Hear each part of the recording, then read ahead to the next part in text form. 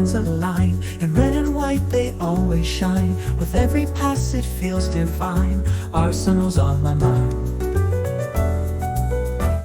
From hybrid days to Emirates grand, each match a symphony perfectly planned. With every goal we take our stand. Arsenal's on my mind.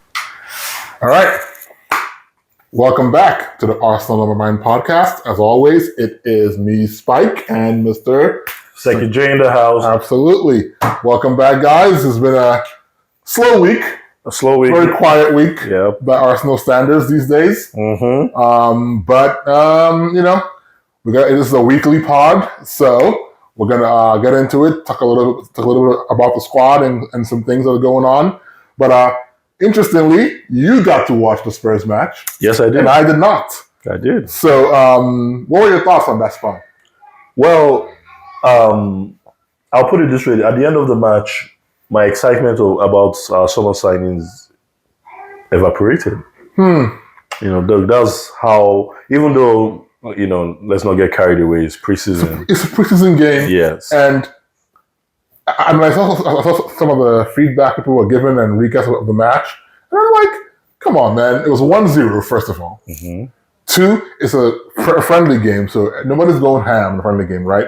Three, right, you change half the team at halftime, so any chance of getting a comeback goes out the window usually because it's a friendly game. But we didn't change it. We didn't do not the whole team, but you make more change than you would in a real game, right? And then lastly, the goal they even scored, they fouled Lewis Skelly. Skelly was fouled. Yeah, come on.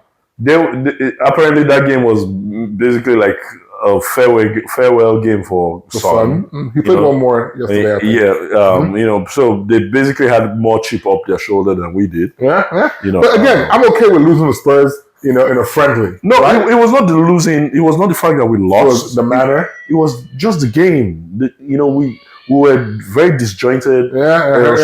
Spurs looked more like they looked more like a team. They looked more like they had cohesion. Gotcha. And we, there's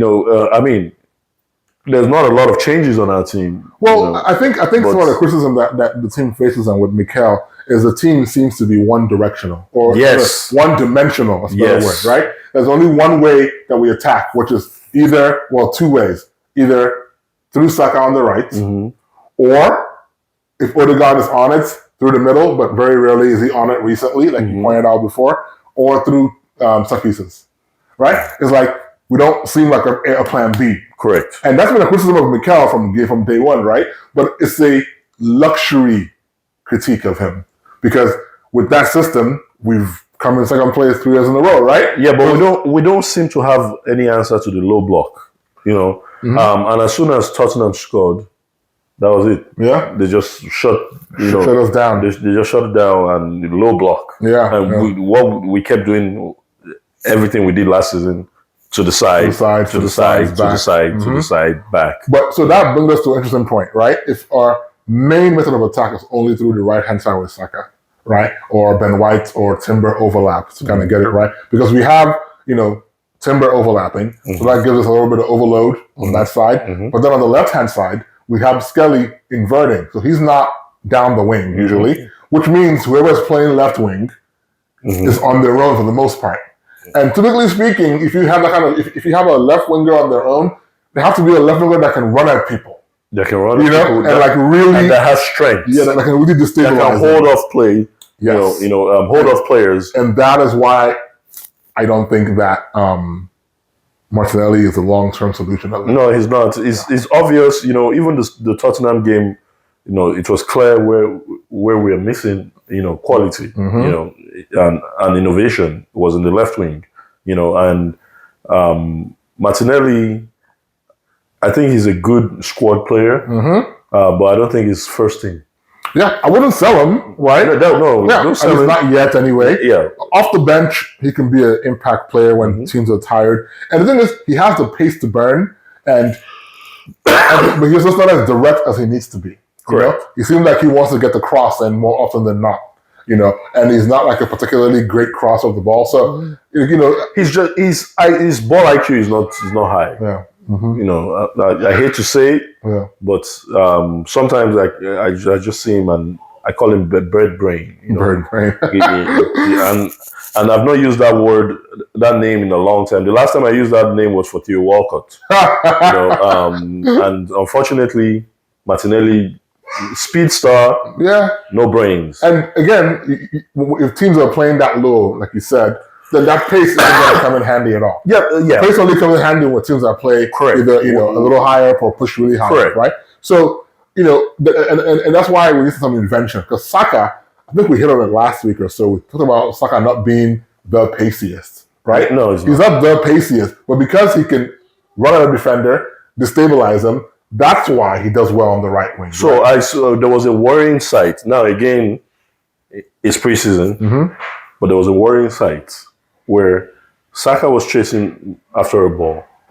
Spence is quick though. Came from behind, and I mean, at that moment, I started questioning: has Saka lost a yard or two? Because the way Spence just recovered and just came and took the ball. Overtook Saka and got the ball. Well, Saka has never been a burner. I mean, I think he's always been quick, not fast, right? He has a quick first step. Yes, and quick cuts and quick moves, but he's never been like a burner. Runner with the ball. Walker, like you said, right? He's never been a burner in that respect. So, again, Saka can cut in, he can run a defender, he can destabilize him. On the left side, we can't do that, which is why I think, looking at the squad right now, there's one glaring weakness, and it's left wing. The left wing. We need to strengthen our left wing going into the new season. Yep. I can assure you, if we don't strengthen that left wing, we're not winning the league. We're not winning the league. Yep, I agree with that. We're not winning the league. I agree with that. If we don't strengthen that left wing.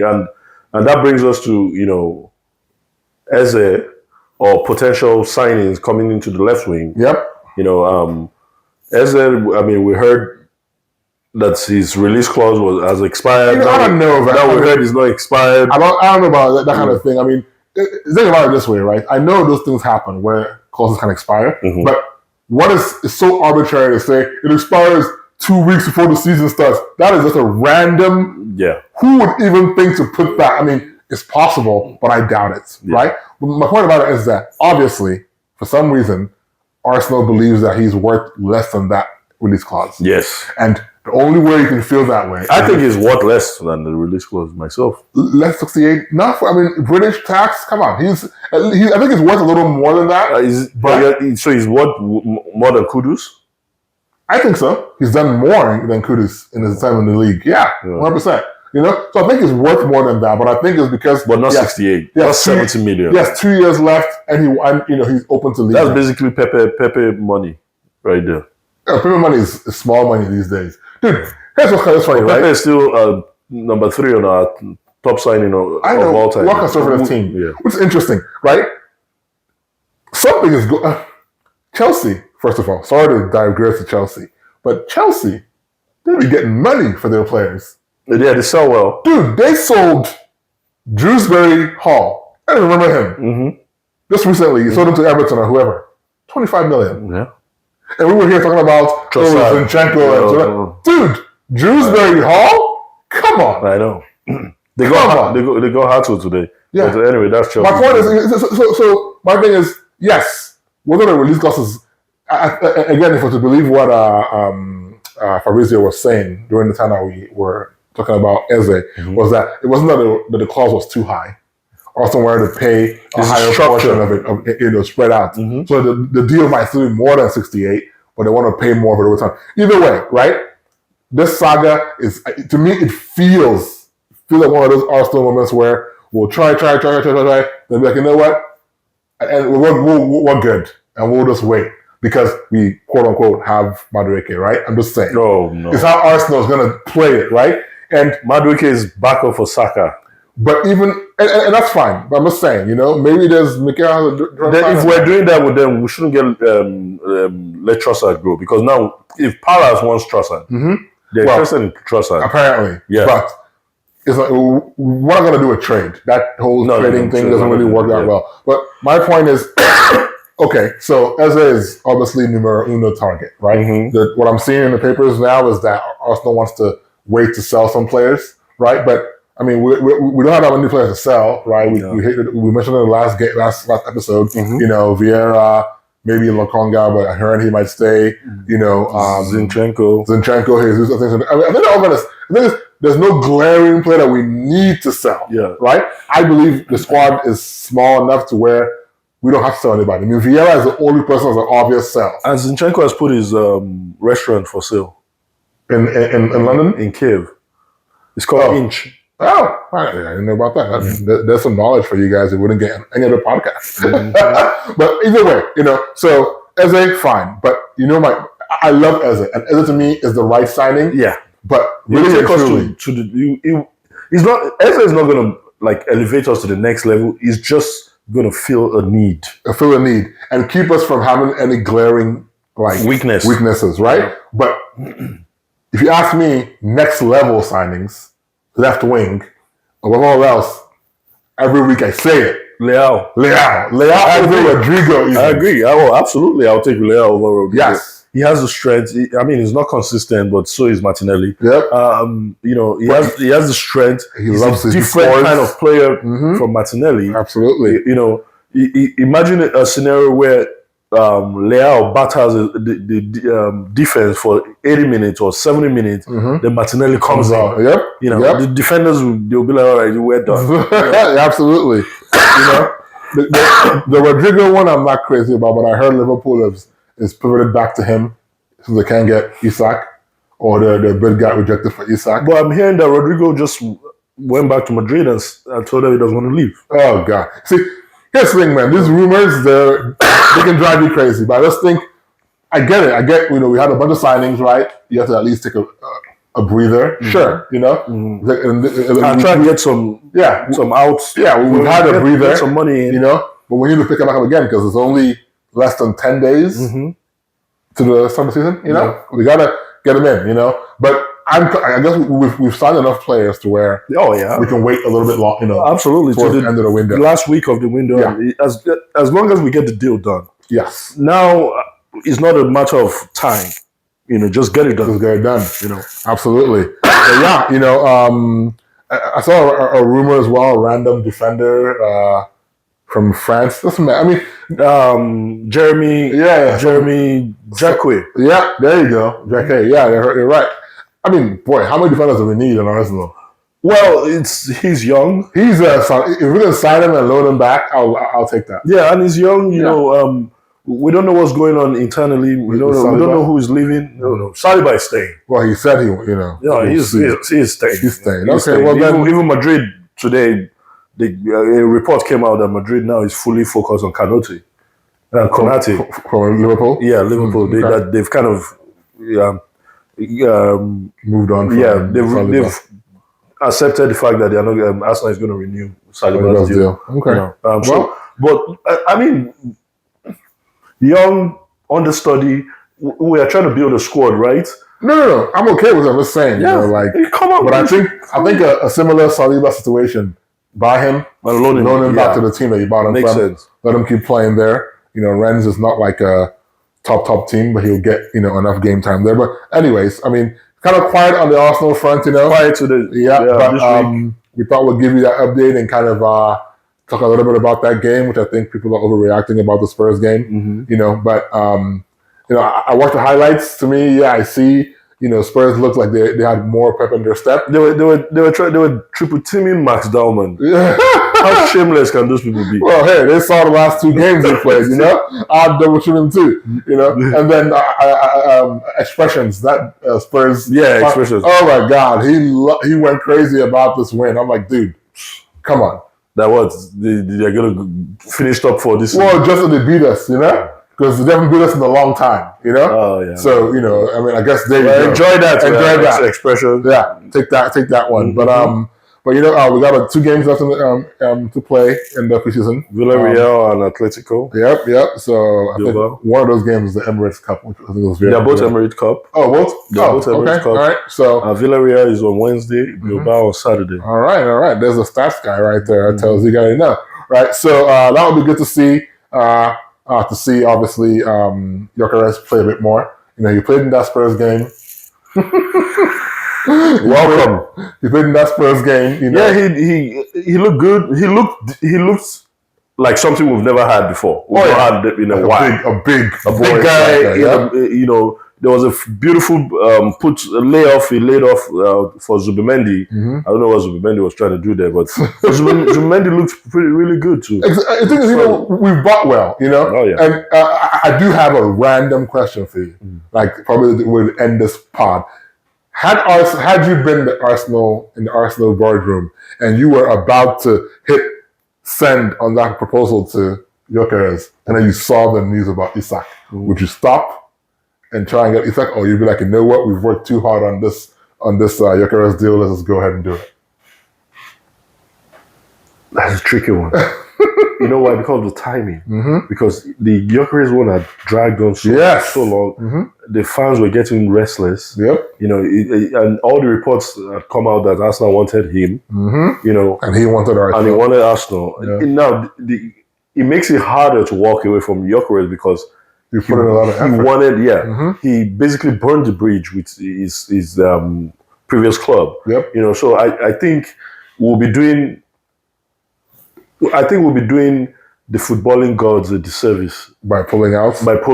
You know, and it's a risk because we're not sure we're getting Isak. Right. You know, you now go and upset Gyökeres. Yeah. And so if I was in the board, I would play safe and stick to my guns. Okay. Yeah.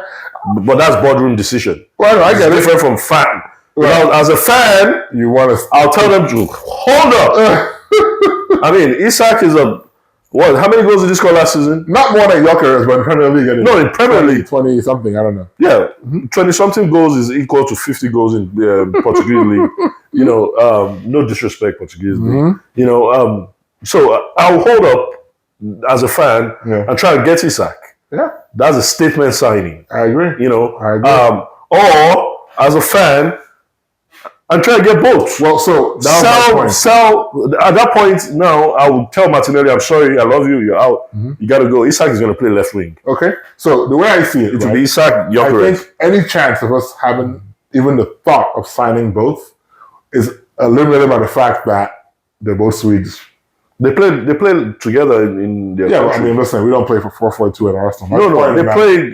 Isak plays left wing. No, I get it that they can play together. They can play together. You know, but I'm just saying, like, it will, in many ways, one of them will most likely lose form. Not form, but lose, like, what's the word I'm looking for? Lose, not fame, it's the wrong word. You know, like, I also think that's why Isak pushed to go to Liverpool. Because he saw that Gyökeres was coming to Arsenal. Right. And he's like, if Gyökeres goes to Arsenal, he's standing with the national team. Right. Reputation and everything. Might go down or might go up for Gyökeres. Might go up for Gyökeres and make it harder for him to be Newcastle is up there these days. Well, no, but it's not Liverpool. Yeah. It's not a... I mean, the thing is, right, it's as scary as it is for him to go to Liverpool, he's not going to score half for the goals there because the goal scorer is Salah on the team, you know. So either way, though, that's a funny thought experiment I thought we could kind of talk about there. But either way, guys, you know, we'll see how the friendly games go this week. And we'll come back with you guys in a week's time with this episode and review those two games. And hopefully there's some movement in transfer activity or some rumors or bids or something this week. And we can kind of move on from there. But until then, guys, share, like, subscribe. Big ups to the Super Falcons. Yes. World African champions. Yes. Big up to the English Lionesses. And big up to the Tigers of Nigeria, African champions basketball too. All right. Some big ups there, absolutely. And until we see you next time, guys. Keep Arsenal on your mind. Absolutely. Let's go.